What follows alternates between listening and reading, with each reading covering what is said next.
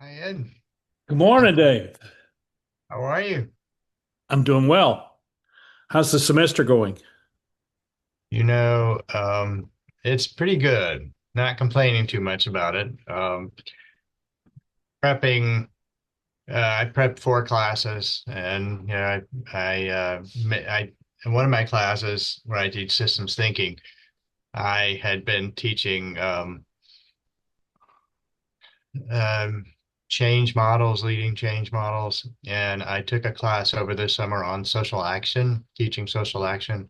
So I incorporated that into my class on systems thinking this semester. So um, that's a learning experience Yeah, for me and for the students, but they're working on social action campaigns, and I've got them partnered with community organizations to help learn how to have impact in a kind of different way. that's fantastic. Uh, Yeah, and how do I ask this question? Before I ask the question, welcome, David, and thank you for being here. And let's let you tell people who you are, and then I'll ask my question. sure. I'm David Harkins. I teach social entrepreneurship at Belmont University, and I also have had a long consulting practice working with nonprofits and social enterprises, primarily in the area of strategic change and also earned revenue development and things like that. So applying different ways of thinking to the charitable philanthropy space. It's an important, it's an important space, and it's important in that it probably needs to go through some reclarification or redefinition in many ways. Yeah, I think so. I think there are a lot of people in the world with good hearts, and the first thing that they want to do is start a nonprofit, often, and many of them don't do the groundwork to understand if what they want to do is really needed, and if someone is covering that area of support that they want to cover as well. And so we end up having, I think, a lot of particularly smaller nonprofits chasing the same dollars, and it's a struggle for them. So I think we're probably headed for some period of consolidation and of many nonprofit organizations, and possibly closure of some of the smaller ones, especially since we've had this kind of rethinking about federal government support of nonprofit and Yeah. charitable philanthropies, particularly. Well, I've been involved with this for, well, it's really in many ways since I was in high school. And what I found is that there are a lot of these small nonprofits that are really just vanity projects, and that they start them because it allows them to have an institutional face, which allows them to be a part of a community that welcomes them because they have a mission and a structure. But the question is, what is the impact that they're having, And and I think, you know, the what the Doge thing to USAID was really was a hard stop on a lot of that stuff because you know my little time in Africa, I saw some of that, and I saw the effect of a lot of that, where a lot of money is kind of tossed around, and all of a sudden that becomes the expectation of Sure. what an NGO or a charitable organization does, which is give away money. And then when that money isn't there, they haven't learned self-sufficiency or resilience or self-reliance or any of those things, which are really the essentials of, I mean, Yeah, I agree with that. and I have this debate often.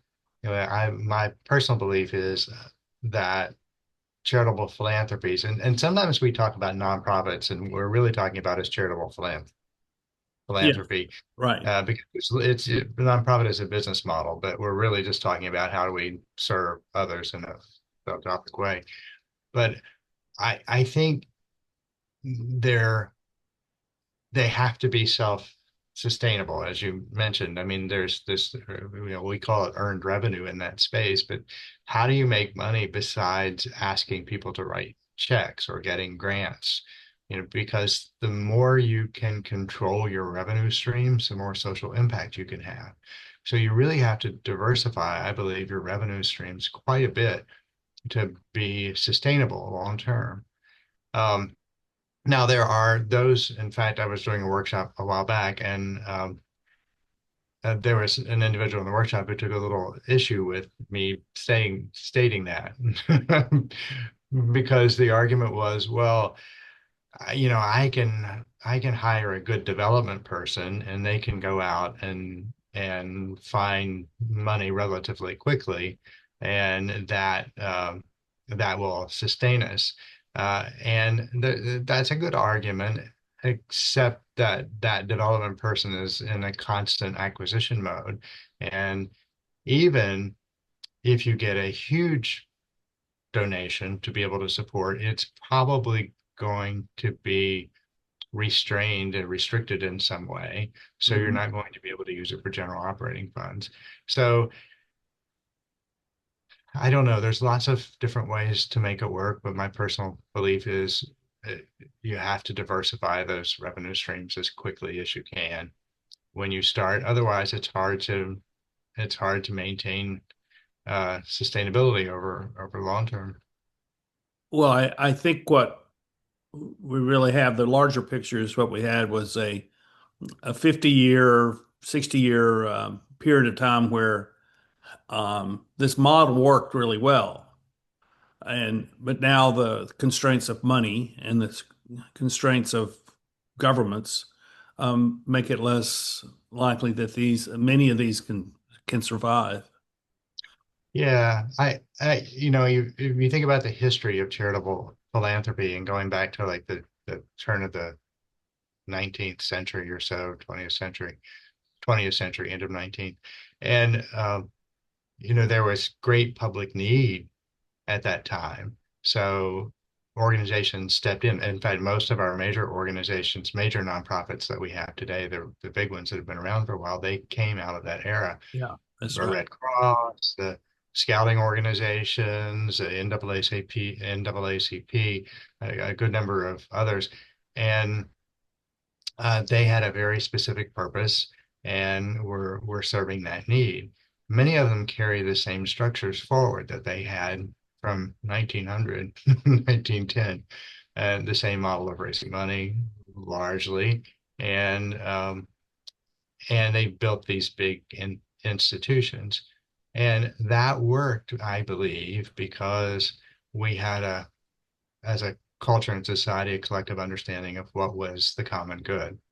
And I think over the last 50 years or so, as you point out, I think we've lost that collective understanding of what's the common good. And it begins to erode at civil society a little. And I think that makes some of the charitable philanthropies that we have, I think the ground is tenuous on that. Because of that, we've lost that collective sense of what's the right thing to do. Well, what I saw as a consultant, and even before as a minister and uh, as a program director in a college, and all these other places that I've served, is that it's at some point there's this subtle shift to where the perpetuation of the institution becomes the mission, the unsaid mission, but it becomes what is. And the question I always have, can you imagine a point in time where you close your organization down because you have achieved the goal that you set out for? And I'm kind of thinking about, when Rotary took on, I think it was polio, and they were working to eradicate polio around the world. I think their program was called Polio Plus. I was a Rotarian back in the 80s and 90s, and they seem to be having a really, really significant impact on that. Um, but I don't know what happened to that. Someone who's a Rotarian who may know, and they could leave a note in the in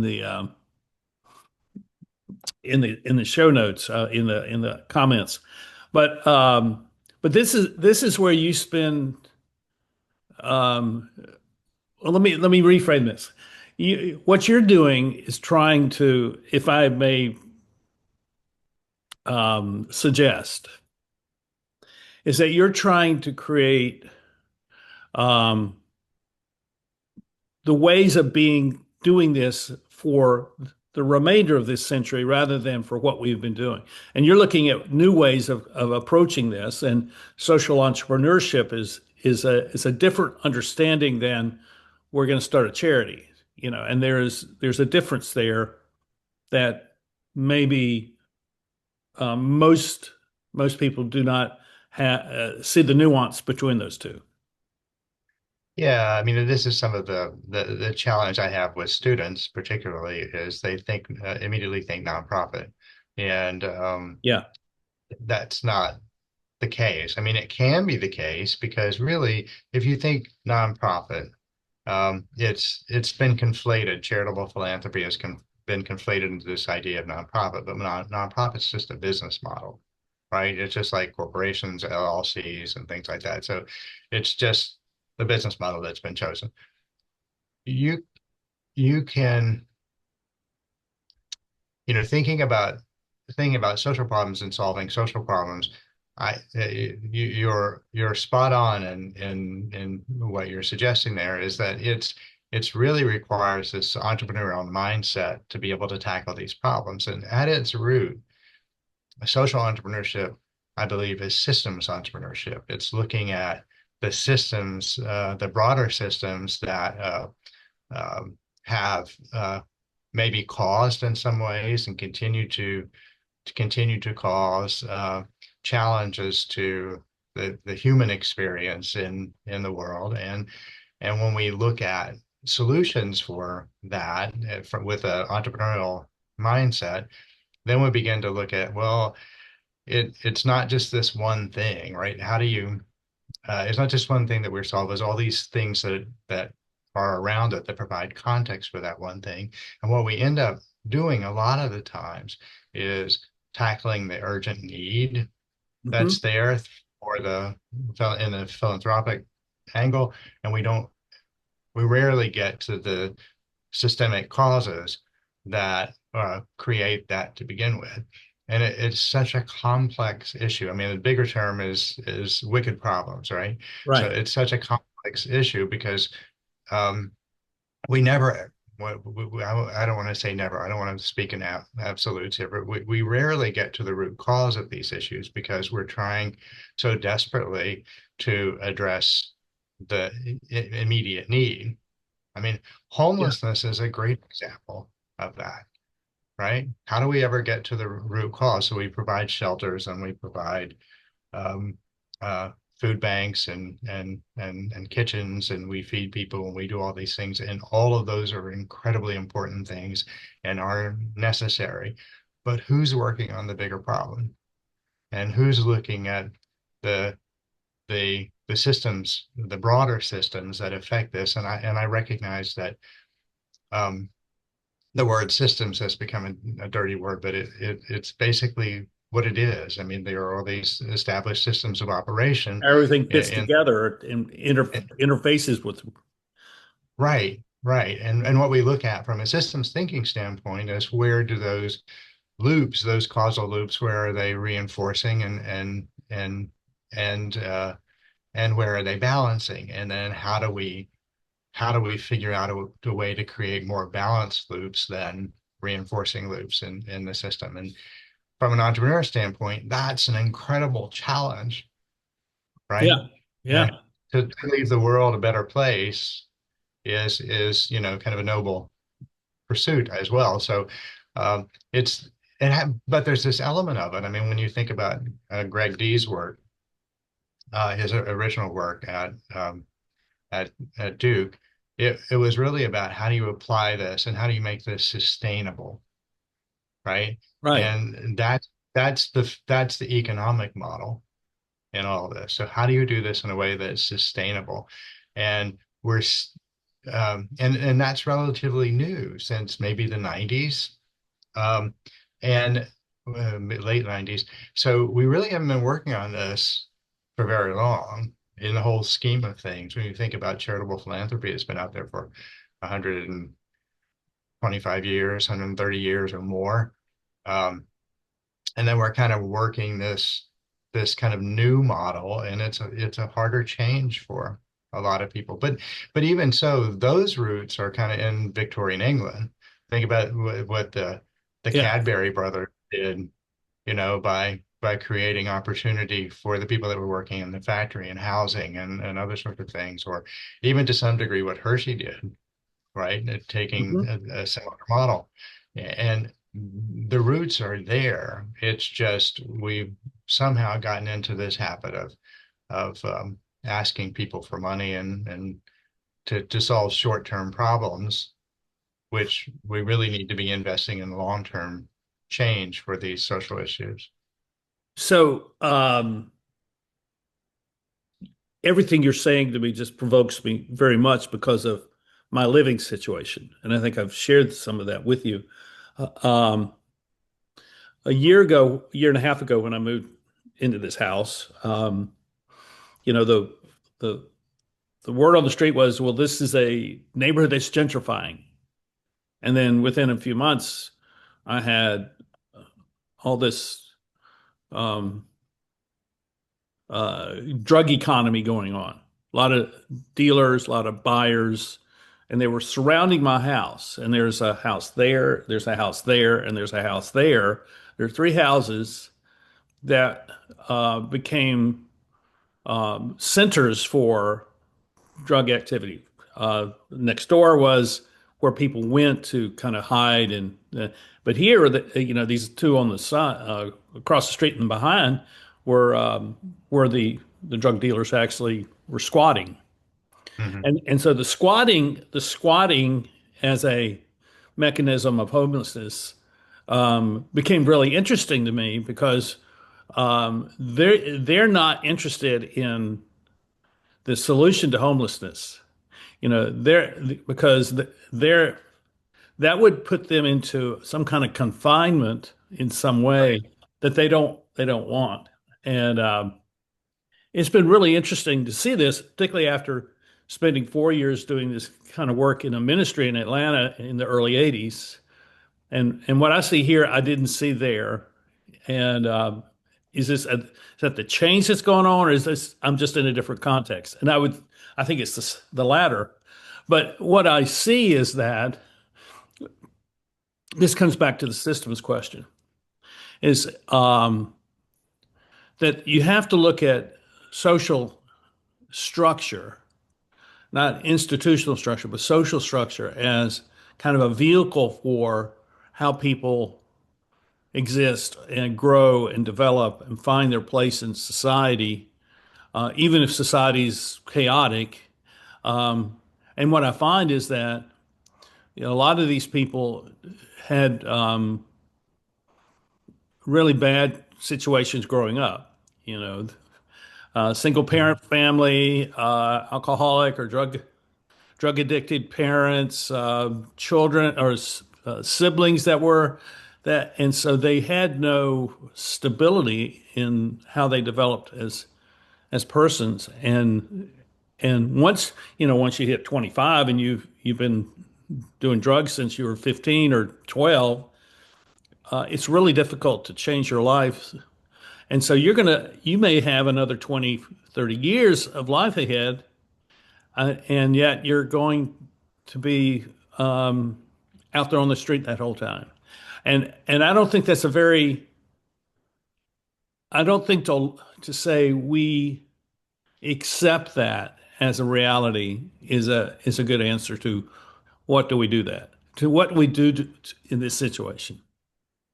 Right. And there are organizations, of course, that try to address that through mentoring and things like that. They're trying to address the more immediate need. But to your point, I mean, it's systemic, and it's hard to think about how do we tackle that. And then some of the individuals that you're describing, I mean, there are no role models, Right, right? So right. we need to see realistic role models, right? So we need to see people that have our experiences, who look like us, who have backgrounds that are similar to us, and we need to see them pulling themselves in with support, because nobody does this alone. And this argument of pulling yourself up by your bootstraps, okay, there's some validity to that, but you also really need to have some sort of external support and Mhm. vision and sort of things.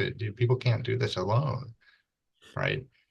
So What I saw, it's what I saw, David, which was so intriguing to me, and I haven't seen anyone really talk about this, was I could sit over there in my living room and watch the whole scenario play out. It's like I was living in a episode of The Wire, and and I saw the leadership of this collection of probably 40 different people who were here sometimes and not here, but over the period of 3 or 4 months, probably 40 or 50 people entered into this place, and there were 2 or 3 people who were always in charge, and I said, you know, they would be really good in their leadership role within a manufacturing organization where the people who are working in that manufacturing organization are constantly looking to a leader for direction. And that's what was going on out there. And I'm thinking, this is really the underground economy that arises when the normative economy begins to fail the people at the very bottom of echelon of society. right. And the arguments that we often hear is, well, there are people that are doing those sorts of things, don't want to do anything else. And I don't believe that that's necessarily true. I think it I agree. becomes a self-fulfilling uh, trap, maybe. I don't know if that's the best word for it, but um, if you don't have a way out, then you kind of make your own way. And if you don't know what you don't know, and you don't have role models to be able to aspire to be able to get out, and then it makes it incredibly difficult. I remember um, when I worked in advertising many years ago. Um, there was a colleague and I were having a conversation. I was probably in my 20s, and he was also in his 20s, and um, I was talking about people in rural West Virginia, which I'm from Charleston, as you know, and I said, in this conversation, people really want to get out. They want to get out of the hollows, out of their situations. They want to get a college education. They want to do the things that they can do it. And he said, for lack of a better word, I'm going to use a different term here, but he said that that's a very elitist thing of you to say. And I thought about that quite a bit over the last 40 years or so. And it was, but it also was what I knew then, Hmm. right? This drive of, okay, we've got to pull ourselves up, and we've got to get out there, and we've got to make ourselves better. Um, but I also had a lot of role models around me that were doing things like that looked like me, and I could see how that was done. But if you don't have people that look like you don't, if you're in those areas of the depressed economic areas of West Virginia or other areas of Appalachia, and you have generations of family who've lived there, and you don't have people that you know personally who have lifted themselves to a different level, then you don't really have a role model that looks like you and sounds like you and works like you, who has done something better. And that's not to say that that environment is wrong. If Right. that's what you want, that's absolutely fine. But if you want something greater, you really need to see, maybe greater is not even the word either. Either if you want something different, then you need to be able to see people that look like you, who have the same experiences of you relatively, and that have found a different path. And without it, I think it's hard for people to have that level of aspiration and achievement if that's what they want. So I think there's a generational component to this. And I mean, you're a college professor, and so you have a particular probably two or three generations that you're working with at all times. And they may not have the same orientation. Each of, you probably have millennials and Gen Xers, and maybe if beginning to have some Gen Alphas.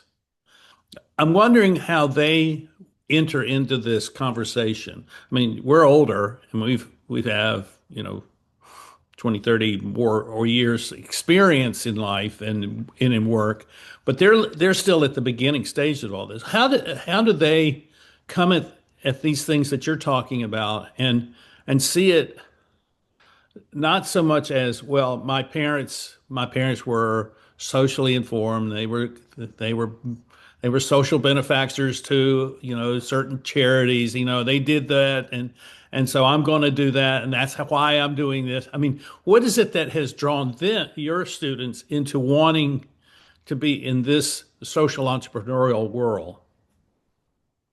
Um, I think, and so I teach students who are not, necessarily majoring in social entrepreneurship.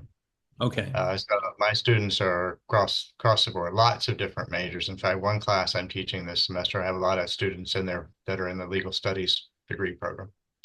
Um, Hmm. and which is great. And some of that just comes from talking to a colleague, and the colleague recommends a class, and here we go. So, um, but I'm very fortunate to be at a place where we have a greater mission to equip students to drive, to make change in the world, to drive change in the world. And I think there's an element of socialization that attracts students to a university like that. So the opportunity to learn more about how can I make a difference, because generationally, and this is not true of everyone, of course, but generationally, I think we have a generation that really is compassionate and cares and wants to have impact and make a difference in the world. Um, so I think that's an easier thing, Yeah. right? Because they come equipped with that idea. So uh, with that, then it's okay. I can help them learn the things that they can do to take action on that. Some of it comes from a concept of use of self, a better understanding who you are and your own biases and blind spots, and how you engage with the world. That's a real important part of the work.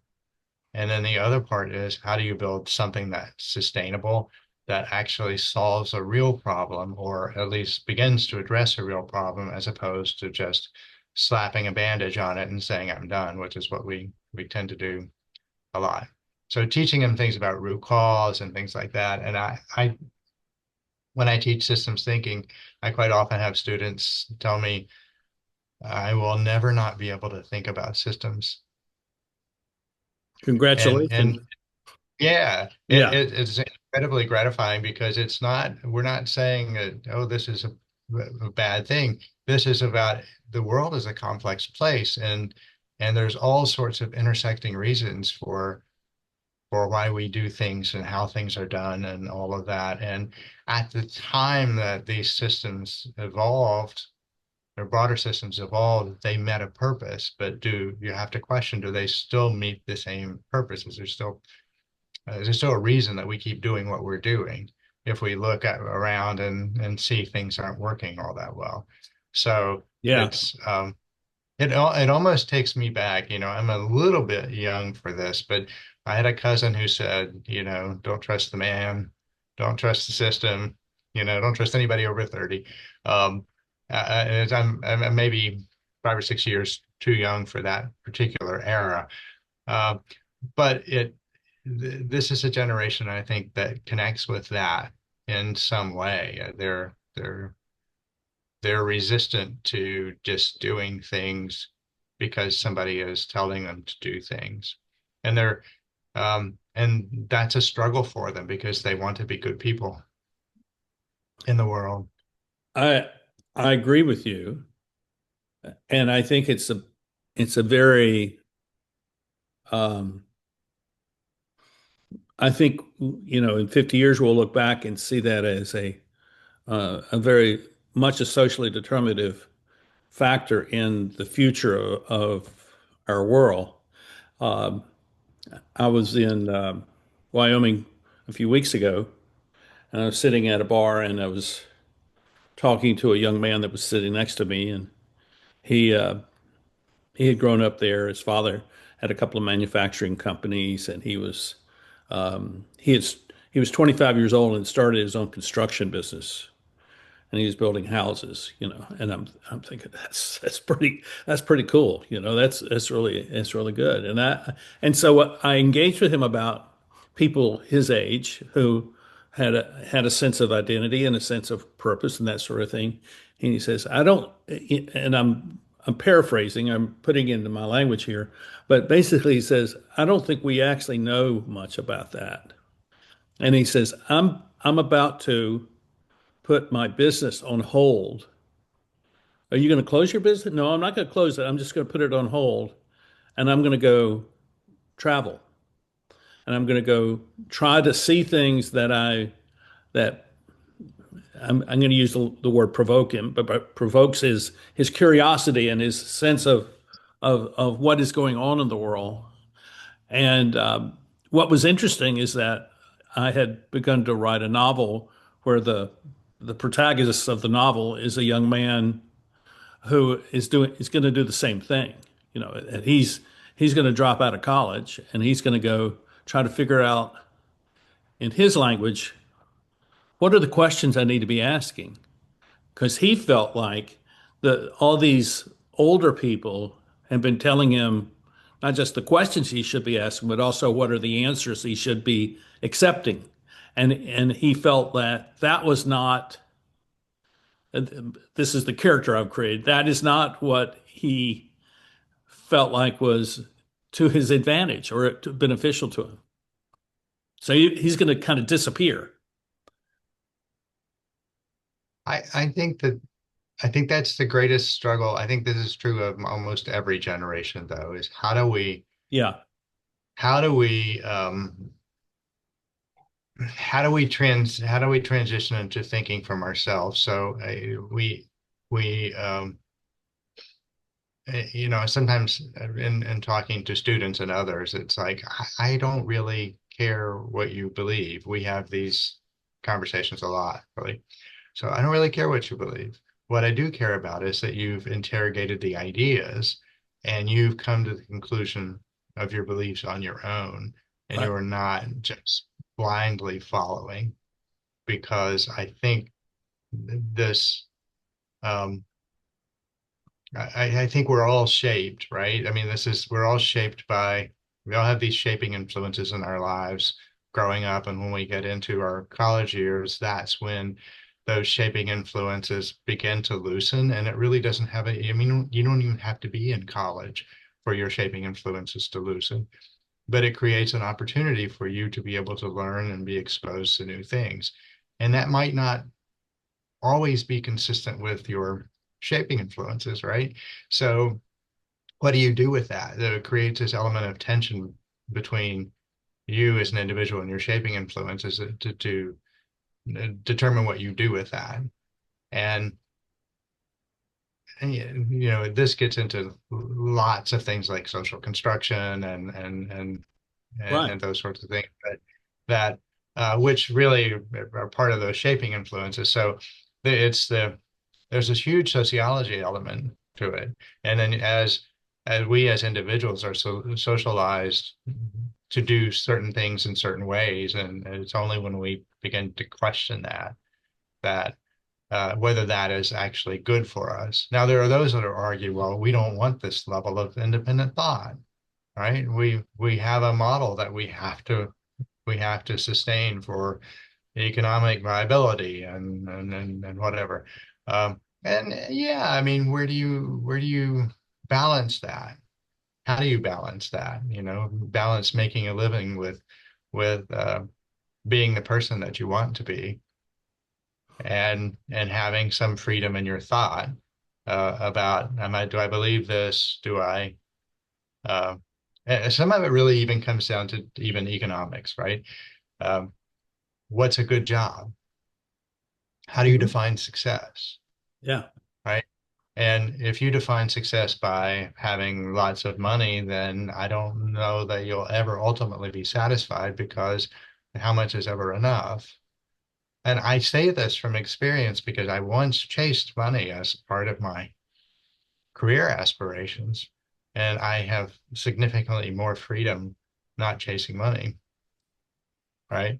Yes. Because Yeah. I figured out what was enough, right? Now I can go work on other things that are more important to me. Or in the And vernacular of social media, we're not chasing numbers, we're chasing relationships or connection. right, right. And I think that's where this generation, whatever that form uh, is has a different experience than what you and I had when we were young, where we didn't have social media. We just had whatever it was. I mean, we had a smaller segment of the population that we connected with, and yet we still kind of had the same kind of desires and the same kind of pressures and influences, and some of that never changes.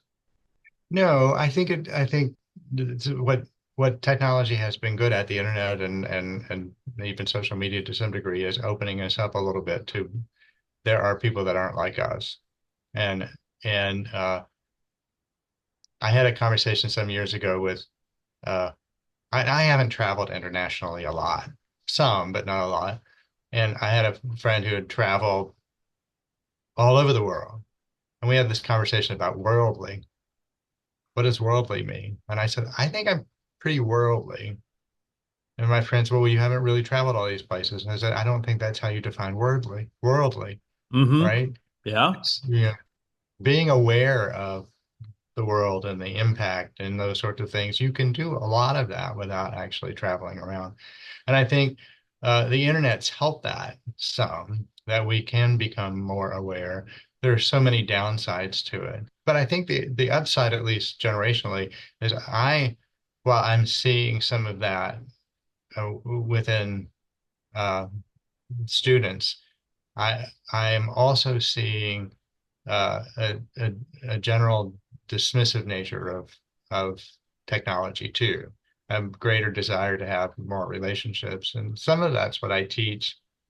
Almost all of my classes have project work, and part of the purpose of the project work, the group work, is to help facilitate soft skills, because we need to be in relationship. And I have students who will continue with their teams after they leave the class. They hang out with these people. They've gotten to know them. They didn't know them before. And I had a couple of years ago, I had a team in the spring that were working on a project together and started getting together more regularly and cooking together and having meals together. And in the fall of the following the academic year, I got a email from them, and they had all gotten together after summer break, and they took a picture and sent me a picture and said, we're still functioning as a team. And that is, for a professor, that's a very gratifying thing to think, okay, you can begin to facilitate some of this connection and some of these soft skills in a classroom environment. And students want it, but don't always. because perhaps, I don't know this to be a fact, but perhaps because of social media and reliance on more distance kinds of relationships, these kinds of relationships are harder to form, and facilitating them in the classroom gives students an opportunity to make those connections that they desire. That's fantastic. And And it goes really, to Putnam's bowling alone. You remember that from years yeah, ago, yeah. the concept. They said we're just not joiners anymore, and because we're not joiners, we don't make connections with people that aren't like us, and um, and it has perpetuated. Although I know his latest book, which I've not read, but his latest book, I think he makes the case that these are these are cycles, Yeah. that what when he was studying this, he was at the bottom of the cycle, but looking or saw the top and the bottom of the cycle, but looking back beyond that period, he began to see that, oh, there's actually ongoing cycles of this disconnection and reconnection kind of thing. So that's promising, I think. And there are multiple cycles. This is the system, multiple cycles going, and one of those cycles is always going to be at the apex, and the other is down at the bottom, and they're all jumbled up. But that dynamic, I use the illustration of a tumbleweed being blown across the desert.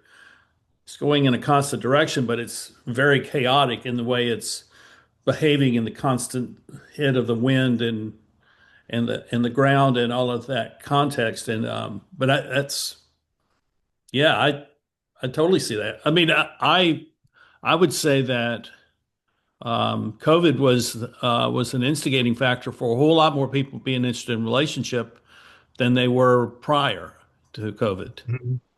because they Yeah, felt a loss or a lack of something. yeah, and COVID's kind of an interesting thing to study and think about. I did a paper with some colleagues coming out of COVID about how COVID would change the workforce in the sense of how do we upskill and reskill people, and um, when we work in remote environments, and the the impact of managing people in remote environments and things like that. What I discovered, I was working on my doctorate during COVID, so I started. We had a cohort residency of we had a cohort of 14. We were doing a residency every class, about every 8 weeks. So I started in November of or August of 2019. So we had two residencies, and then when we got together, and we had gotten together online Zoom calls over the summer, kind of prepping, and about once a week, and then uh, our first meeting, our first cohort meeting, we all had our name tags on for a day, and then the name tags were gone because we had that interaction like you and I are having here, and began to build a relationship prior to meeting face to face. When the world shut down as a result of COVID, instead of having in-person residencies, we went to virtual residencies, which meant we were sitting on our butts all weekend, every 8 weeks, uh, doing classwork and working together and doing teamwork. And and it was probably a year and a half before we all got back together again. Well, what I learned in that was that it is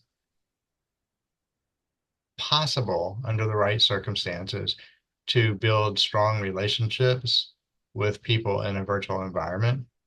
And because these are some of these people that were in my doctoral cohort or some of my closest friends now, and I have maybe seen them in person. And we spent a couple weeks traveling together as part of our international study component. But aside from that, I've seen them in person maybe a dozen times. Nice. Um, and and I think there's an element of relationship that can come even in the virtual context. I mean, at some point it needs human face-to-face interaction for that to sustain. But I think it is possible uh, with COVID to be with this environment. COVID brought this on, this possibility of making connections in a different way, and it also you can see it in some student performance and test scores and a bunch of other things. If you're reading the literature, the academic literature on this, it was bad for a lot of students. But I think it also depends on where you are in your level of maturity and how you have learned to make friends and connect to begin with. So there are pluses and minuses to Yeah. everything, but that's the way systems work, right?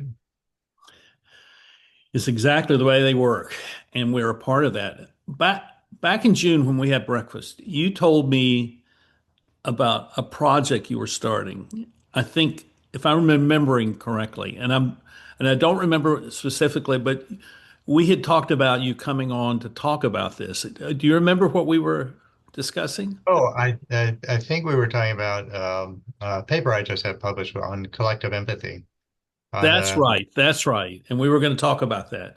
So, you want to kind of clue us in on this? Sure, sure. So it actually just we actually just published it. So back in August, and really collective empathy is this idea of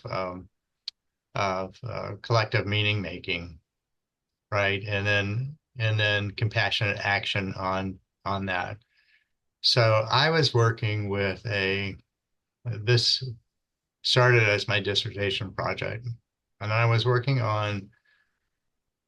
with a small nonprofit, and I've worked with a lot of nonprofit organizations in my career, and this was the most empathic organization I'd ever worked Huh. with, and I wondered why. Yeah. So as I was preparing my dissertation topic or refining it, and really what I started in this program thinking about, well, is I will research entrepreneurial thinking and innovation leadership in the social sector. Uh, and it's ironic that this is kind of what I'm doing now. But when I started working with this organization, I thought, empathy is really um, different here. So what is actually happening, and how are they able to sustain this? And this organization was maybe 20 years old and on their third executive director. So I went through jumped through all the hoops and got permission to research them. And what I discovered in this process is that they had built a culture of caring amongst themselves, and this culture of caring became uh, the basis for emotional connection. And as a result of that emotional connection, leaders began to the third executive director particularly began to look at what was happening and said, I'm going to take some steps to reinforce what's happening as opposed to try to force my idea of what the culture should look like. And and it was a pretty fascinating study in that sense because uh, it's qualitative research, which is primarily what I do, is not generalizable by its nature. And this is a relatively small case study, but my theory coming out of this is that um, if you can build a culture of caring and connection, and leaders are smart enough to say, "Oh, this is working. How can I reinforce this?" Um, then I think that collective empathy uh, can embed and sustain within the organization. So I have some more research to do on that, but I saw it happen there, and I can visibly see it, at least some of the elements of it, in lots of other organizations that I work with. So I need, to research in some other areas. But what was most striking for me was we have this from a leadership management perspective, we have this general feeling that leaders are the ones who define what the culture is. And and I don't know where that came from because it's never been true. But um Marketing. in this marketing maybe. right? In this particular organization, it was the long-standing employees that helped establish the culture and maintain that culture through the transition of different executive directors who were all very different in their way of functioning and being. And I think about if you know any of Edgar Schein's work Yeah, on culture. I yeah, think about the bottom of Schein's pyramid a lot, which is the underlying assumptions and other organizations, and that's ultimately where the true culture, in my opinion, rests, because that's when people make meaning of everything that's happening in the organization and internalize it and operate based on a set of assumptions, which may or may not be true, right?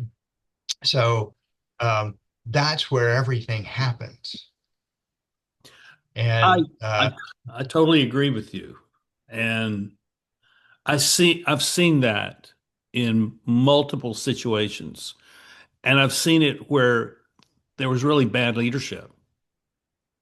And the way I described what I saw was there was a persistent residual culture of values that persisted because it resided in the relationships of the people. And you've taken that just to the next step, which is that relationship to the people is really we care about each other. That's the value that is kind of the glue for what you're identifying. right. And in this particular, it was really interesting because one of the things I heard in the interview process was, well, are we just a culture of nice? Oh no. And so I, I started asking that question. This is one of the, the benefits of doing grounded theory research is when you hear something that you think, oh, I wonder, and you can just incorporate that into your future interviews. And I was hearing some similar things. And what I actually took away from that was that no, they weren't a culture of nice at all. In fact, they didn't have any problems with confrontation and having hard conversations. But what was happening was there were the jobs across the state were so similar, or the functions, the people that were working with the beneficiaries were so similar that they could see if someone was emotionally challenged by what was happening in their particular Hmm. operation. So they wouldn't bring up something that needed to be talked about right then because they didn't want to add to that emotional load of that individual. And Wow. extraordinarily astute. And they would wait and then bring that up at a time when the emotions were a little bit more balanced. And I don't, because I think a lot of that had to do with similarity in the jobs across the state, but I think also these were just people that um, recognized the value of connecting at a deeper level. And, that made the relationship stronger. And, you know, I suffer, and you may well too. I sometimes suffer from, okay, I have to learn when's the right time to tell people what I see. Yeah. My timing is not always the greatest. And but their timing was really good because they were so emotionally connected in this. And I tend to be much more logical in how I process these things, but their emotional connections was so powerful that it enabled them to uh, be aware of what was happening and bring difficult topics in for discussion and resolution at the most appropriate time. And we don't see that in many organizations. Were you able to go back in time to when this set of behaviors began? Could you pinpoint that? Yeah, I talked, I talked to some of the early employees who were still employed with the organization. Some of them have been there 16 at the time. The organization was 20 years old. So some of the employees have been there 16, 17 years. Um, the first executive director was really entrepreneurial, very driven, and it was her mission. She started it, and um, very different.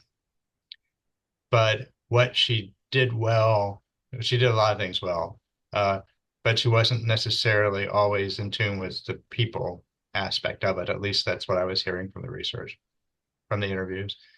And it wasn't, she wasn't a caring individual or any of that. She was just so motivated by trying to accomplish the mission that she was focused on that. She hired good people who didn't take offense with that, Uh, who had the same mission alignment and figured out how to work within those constraints.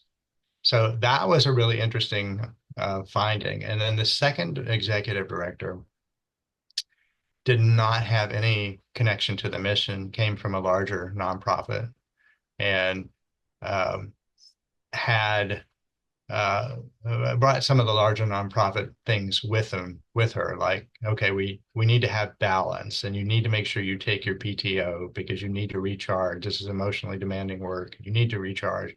Whereas the first executive director was like, well, why aren't we working? Why are we taking this time off? Why are we not, serving in the mission?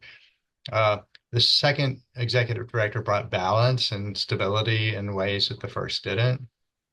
But because she didn't have the mission connection, and she was unable to raise money, so she was spending money but not necessarily raising money, but taking care of her people in a different way than maybe the first executive director did.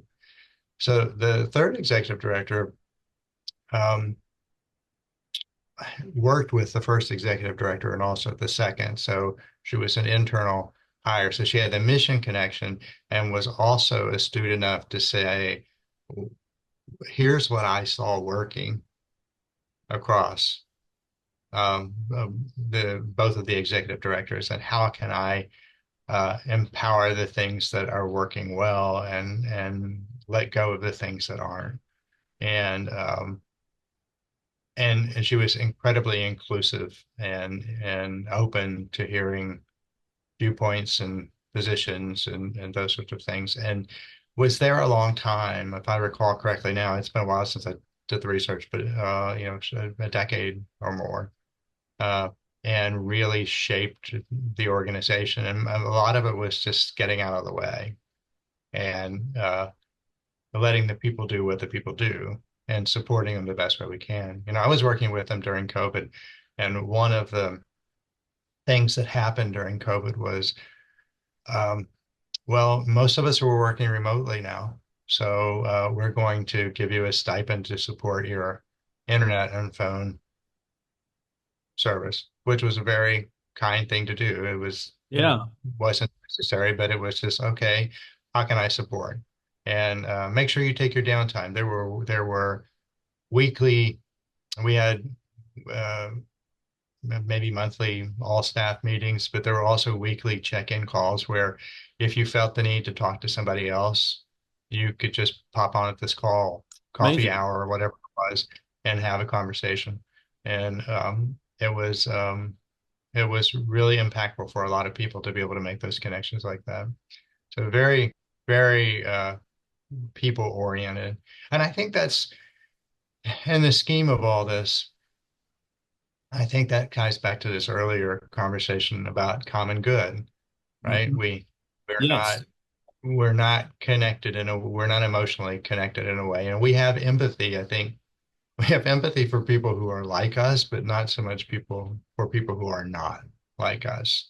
And I think that's kind of at the root of the Well, our challenges as a society today. to sum up what I'm taking away from this is that um, the quality of your leadership is the quality of the relationship of the leader to the people, Sure. and that at some point the leadership and the people have to decide that whatever the structure has been is inadequate to the future of their organization, and they must be willing to change it.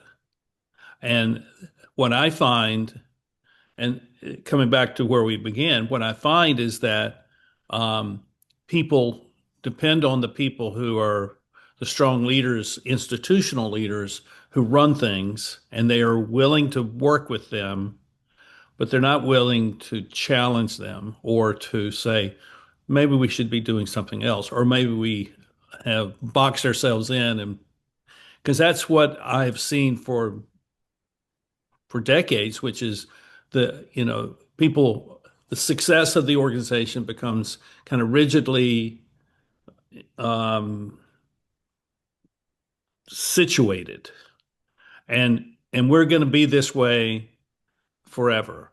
They're not going to say it like that, but in their minds, they're thinking, okay, we've now arrived at the kind of organization we want, but the world around them is changing and they're not able to adapt to that, which I think is a failure that their systems thinking of not seeing the organization in the context of the wider system, except in somehow we're providing a service to that group or a product to that group. Right. There's a term for that. It's called cultural lock-in.